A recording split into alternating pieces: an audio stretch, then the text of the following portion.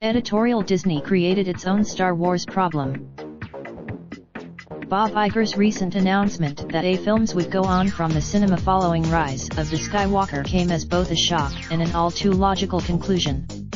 Many predicted this lineage dates back to the troubled production of 1985's bomb-turned-cult classic animated film The Black Cauldron. The film's ballooning Disney's animation team relocated to a warehouse in Glendale and production cycles were shortened. The moves promoted, it's a cycle that repeated itself time and time again within Disney's walls. Pixar's focus, all of this brings us back to Star Wars. Lucasfilm's Iger's comments proved that the skeptics were right. Disney's one film, don't get me wrong, I am glad that Disney is continuing to tell stories within this universe.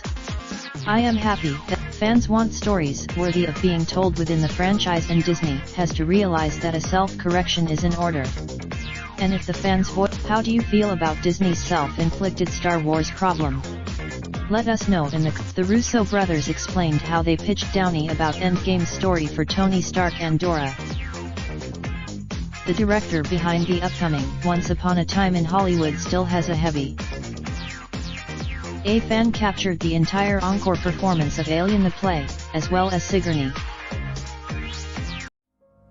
Raindrop, drop top smoking, no cooking the hot pot. Fucking on your bitch, yeah, that. Looking up, open the park, pot.